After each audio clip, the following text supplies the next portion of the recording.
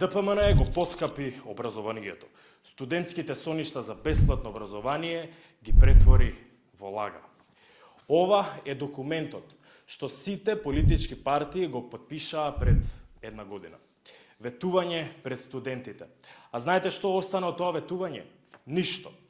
Студентите храбро бараа бесплатно високо образование, бараа правда, бараа пристап до знаење без бариери.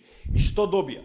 Наместо бесплатно образование, поскапо. Наместо подобри услови, добија скап студентски живот, што ги тера младите или да работат додека студираат, или воопшто да не се ни запишуваат на факултет.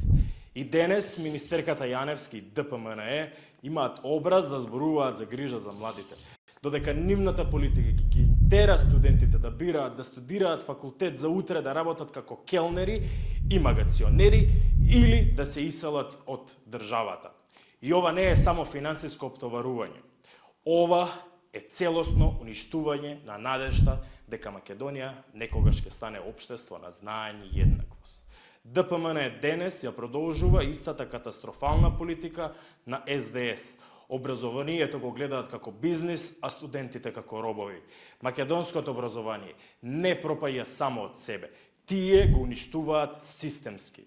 Но да биде јасно, студентите не забораваат. Левица нема да молчи. Ке бидеме со студентите во секој чекор. Ке се бориме против овие предавници на младите и нема да застанеме додека образованието не биде квалитетно, бесплатно и достапно за сите.